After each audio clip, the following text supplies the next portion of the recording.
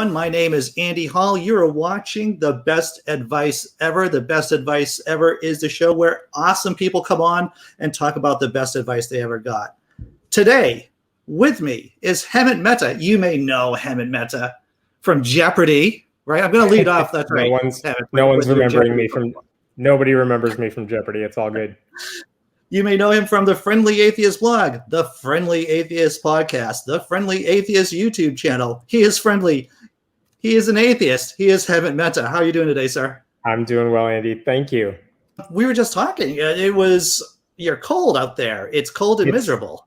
It's cold and miserable outside of Chicago, but it'll get better soon.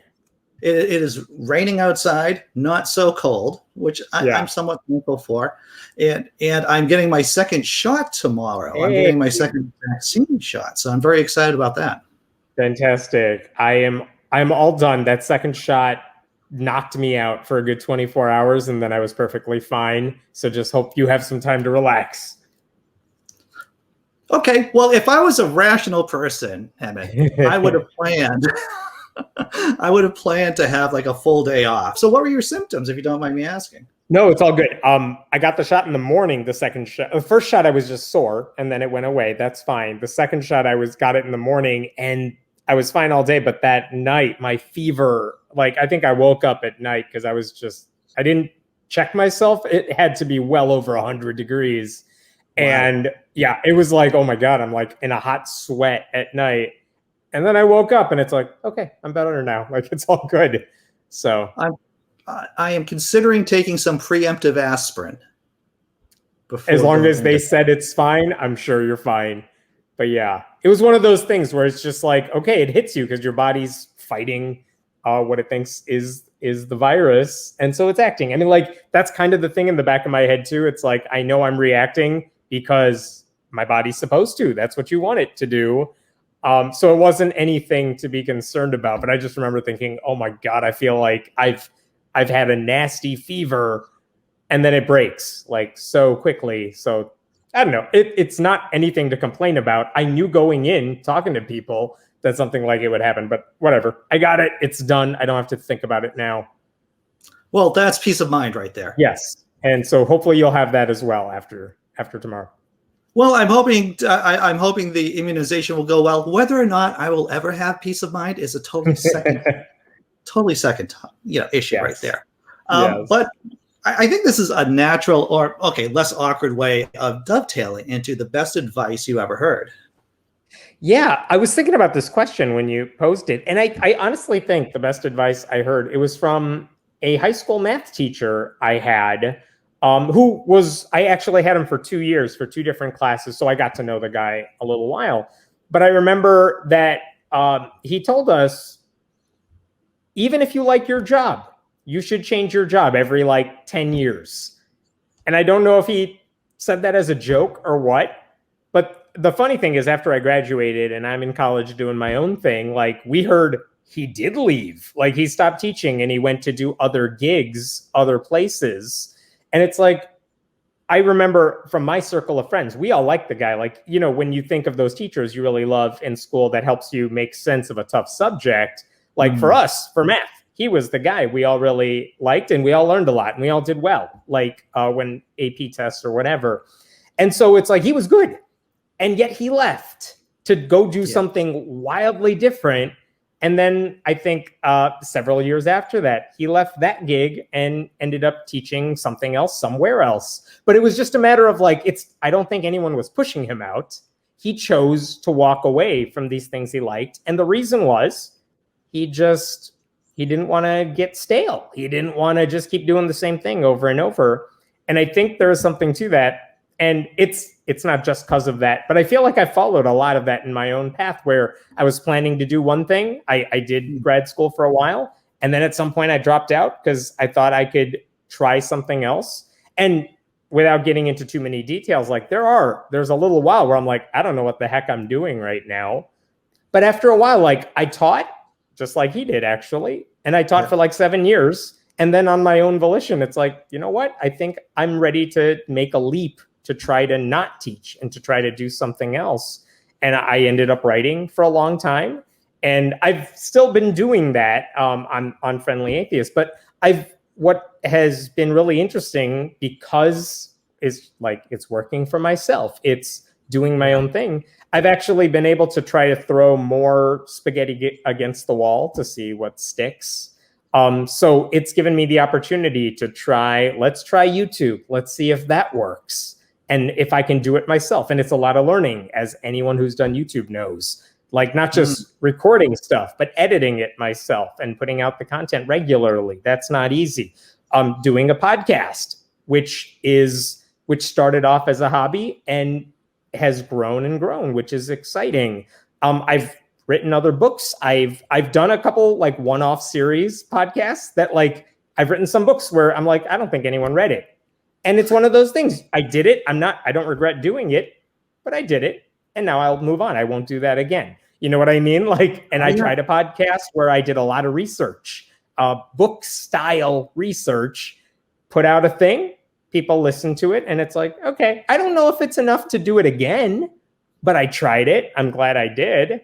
And now I will move on to something else. And I think had I gone the path I envisioned earlier on, which was medicine, like, it's one of those things where you got to be 100% into it, at least in that field, if not just in the office or something. It's really hard to do any of the stuff I've been doing today had I chosen that path.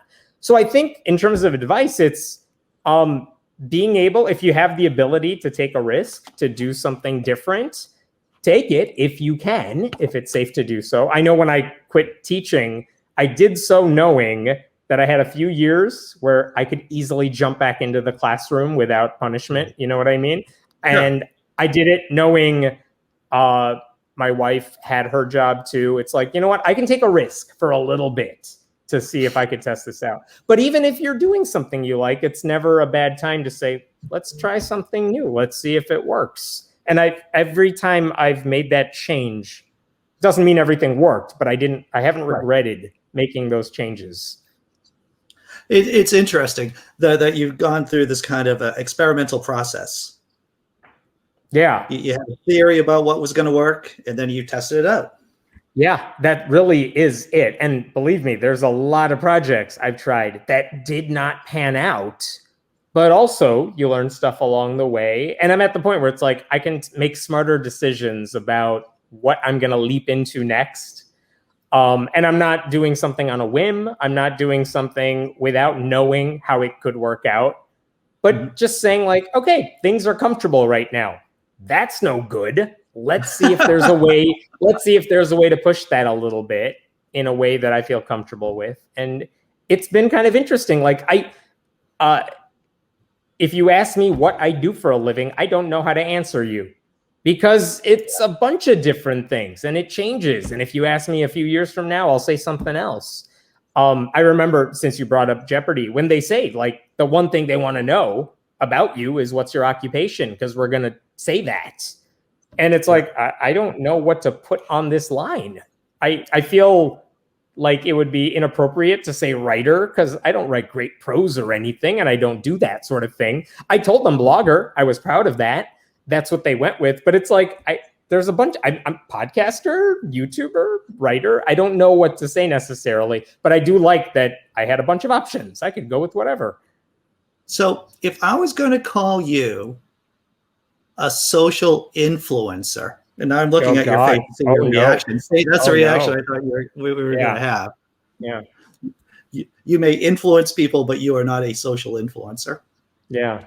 Yeah. I mean, I'm not spending any time thinking about who's following me and who's not or anything like that. It's more or less, if I use social media, it's because I think there's a way to get a message out. I mean, any of us who's been in the activist world, whatever genre of it we are talking about, of course you have ideas and you want to get them out.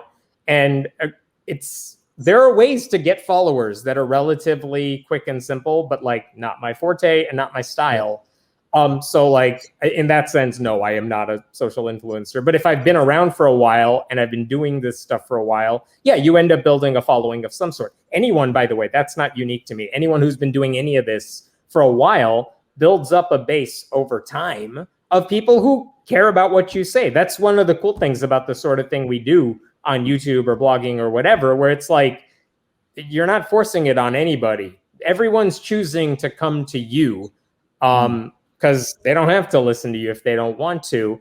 And if over time they connect with it and they like what you do, cool. Maybe they'll come back for more. Maybe they will support it financially, something like that. So, I mean, there are people who can do that. And that's what I really do appreciate, those people who find new ways to just say, this is the thing I do. I think I'm good at it. And if you like it, here's how you could let me keep doing it. Yes. And there is a lot of value, I think a lot of individuals have, in finding people whose words, I mean, there are certain emails I get. I know it's like a mass email or a newsletter or something, but every time they send it, I get excited about it because I know I'm going to like what's in there because I appreciate what they have to say. That's not the case for everybody. So when there are people out there who are, and none of those people, by the way, I would call influencers. They're just people who make stuff that I like.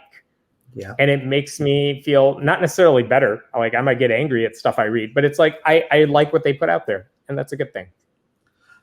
Tell me about a time that you got a piece of content that you made on any medium, whether it was writing, like pen and paper on a book, or a YouTube video or a podcast that went wildly successful that you had no expectation about, that you were just surprised at.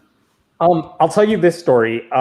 Years ago, I mean, it may be a decade ago at this point, I was blogging. I write a lot about young atheists and their stories.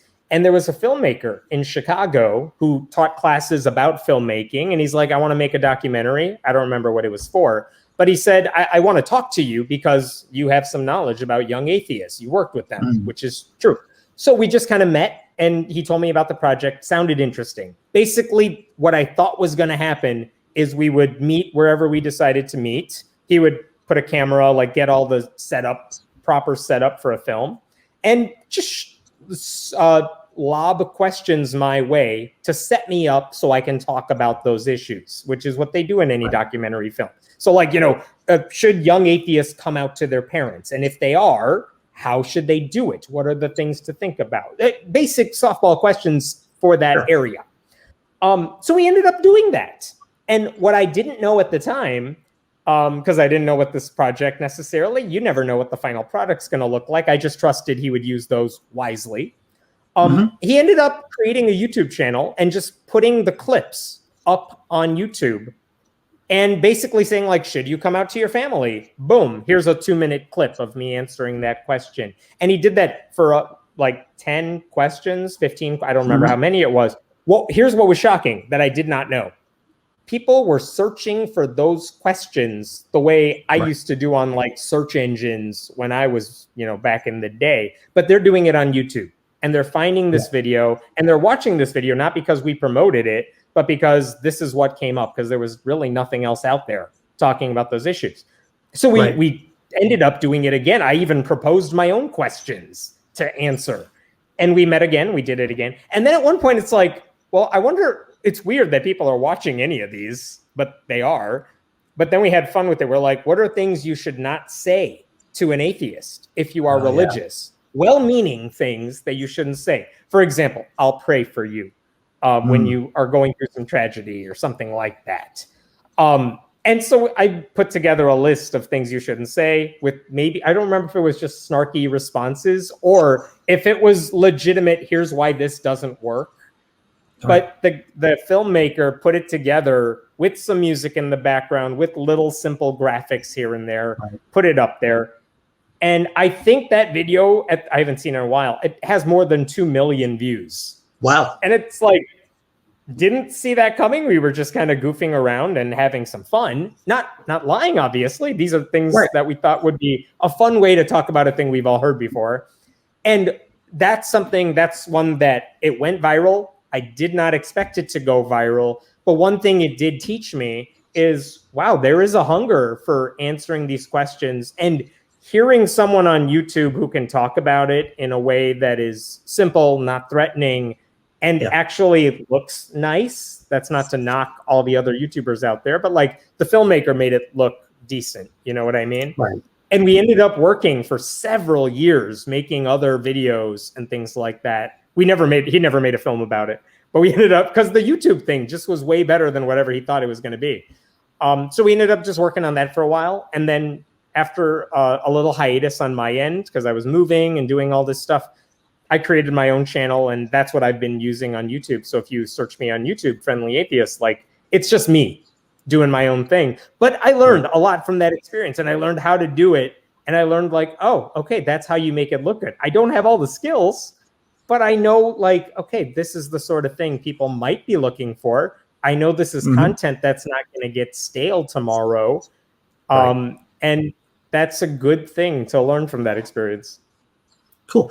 Do you feel comfortable talking about an experiment that didn't go well, that you put a fair amount of effort into it, but it just didn't yield anything? Yeah. I mean, sure. So the one I referenced to a while ago, this was a couple summers ago. I thought it'd be interesting to talk about the Pledge of Allegiance, because there are still people legislators trying to mandate Pledge of Allegiance in the classroom, because it's a prayer, because it says that we're a nation under God, and they want everyone to say it. And it's still in the news, but you and I and everyone watching probably remembers that a couple decades ago, it was at the Supreme Court because someone, an atheist, wanted to take under God out of it. And there was a question about whether the entire pledge needed to not be mandatory.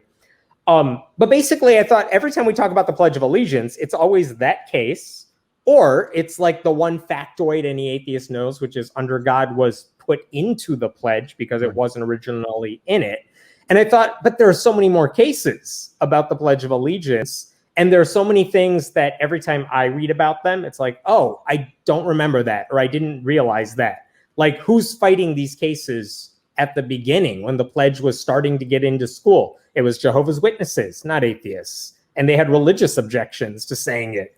And that, like, when a young black kid on the south side of Chicago, was it Chicago? A young black kid in a big city objected to saying the pledge like 100 years ago. And the reason was he didn't think there was justice for all. It's like, that could have happened today, but it happened 100 years ago and he got punished for it in school. And I remember reading about some of these things, like, I didn't know any of that. And so I thought, if I spend a summer researching like the history of the Pledge of Allegiance, and I could maybe write a book on that and do the research there. And then I picked up a couple books about the Pledge of Allegiance and realized, well, you know what? There are a couple authors who have done this way better than I ever could, and extensively, not from an atheist perspective, but just talking about the history of the pledge. And I'm like, okay, I'm not going to write a book. What can I do? What if I just told the story in a way that's interesting to me? Because reading a biography of the pledge is boring. It's like, I don't want to read the Hamilton biography that Chernow wrote, but I will watch the musical, and it's amazing. It's the style matters. So it's like, okay, you know what? This book is interesting to me, but no one else is going to read like this book that I'm looking at. But what if I told these stories in a way that was interesting to at least me? Maybe other people would be interested. So I spent kind of all summer putting together, compiling everything I could, not just the book, the information in the books, but scholarly journal articles that were in law journals and newspaper articles and all of this stuff that would never have appeared in that book, put it together, and in what turned out to be like a 6 or 7 hour audio thing. I ended up doing a Kickstarter fundraiser for it because it's a lot of work I'm putting into it. And I thought, I want to make sure I'm going to have a final product. So when I was close to being done, I Kickstartered the product saying, this is going to be a podcast. This is what you're going to get from it. And it met its goal. Good. And I got it out and I recorded it in a real studio. So it sounded nice. I had music and everything a little bit. It wasn't as technically savvy as every podcast you might have heard, but it was clean. It was clear. And I hope it was interesting to whoever might find that sort of thing interesting. So to answer the question then, I made that. It took me a summer to put it all together and do it. I did the fundraising and it met its goal.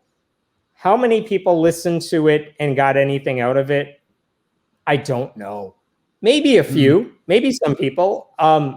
But there's no reason for me to think like it went above and beyond anything I thought it could be, especially for the amount of work I put into it.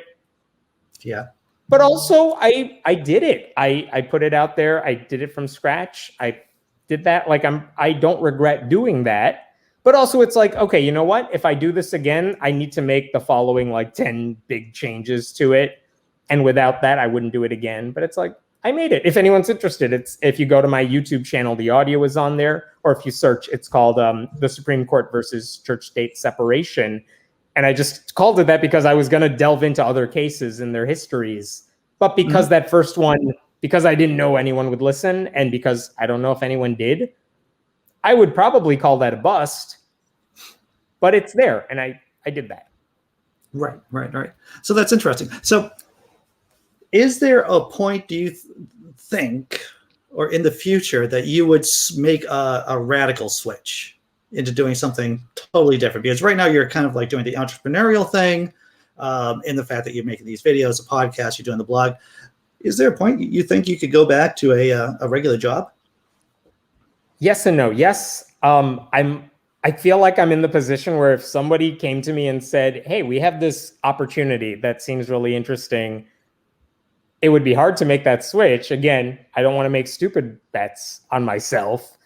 But if someone came, it's like, you know what? Sure, why not? Like, I feel like I've done what I could here. Let me try something different. I'm not opposed to it, but it would have to be something that grabs my attention and keeps me excited and going. And I don't know what that is yet. So I think what helps is just being open to that possibility. And occasionally, if something does seem interesting, I will put out little feelers like, hey, I might be interested in this if there's an opening or if you're looking for this, and just to see where anything goes. But like, it's rare that anything captures my attention. And I think to myself, this is for me. Like, I should be doing this. But that possibility is there. Sure, why not? And that would mean not blogging. That would mean not doing any of the activism stuff, which would be weird. Like, it would take a lot to take me away from that because I feel like that's been my whole life now. Right. But sure, why not? That's kind of like why the Jeopardy thing was interesting, because I knew it was just, this is so totally different from anything I normally do. But what a cool opportunity. And it basically, without telling anyone about it, it was about 6 weeks of me studying as much as I could and cram down my throat really quickly. And whatever, it happened. Even if I had lost and stuff, it would have been like, what a cool experience to be able to go through. But that was exactly the thing. It's like, now there's something that I will put aside everything I'm doing. I didn't make videos during that time. I didn't really do a lot of other stuff. I hope no one noticed because I did try to cover it up. But there was 6 weeks where all I was doing is trying to cram and learn stuff as much as I could. And it was totally worth it. It was fun. Well, those are a series of great stories, and really I'm going to use the word wisdom, Hemant. I'm going to use the word wisdom there. For the first time ever. And we started off from a point of changing jobs every 10 years? 10 years-ish, and I think it's more like, just don't get comfortable. Don't feel comfortable. There is a lot of excitement in trying something new, especially when you're comfortable. Well, thanks for coming on the show. For sure. Thank you. Thanks for asking an interesting question. Well, that's what I try to do. I try to stir the pot, Hemant. That's what I try to do. That's good. Where can people find you online, sir? Sure. Go to friendlyatheist.com. That'll take you to the blog. And if you just search for the podcast or YouTube, Friendly Atheist, you'll find those too. Thanks, everyone, for watching. This has been an episode of Best Advice Ever.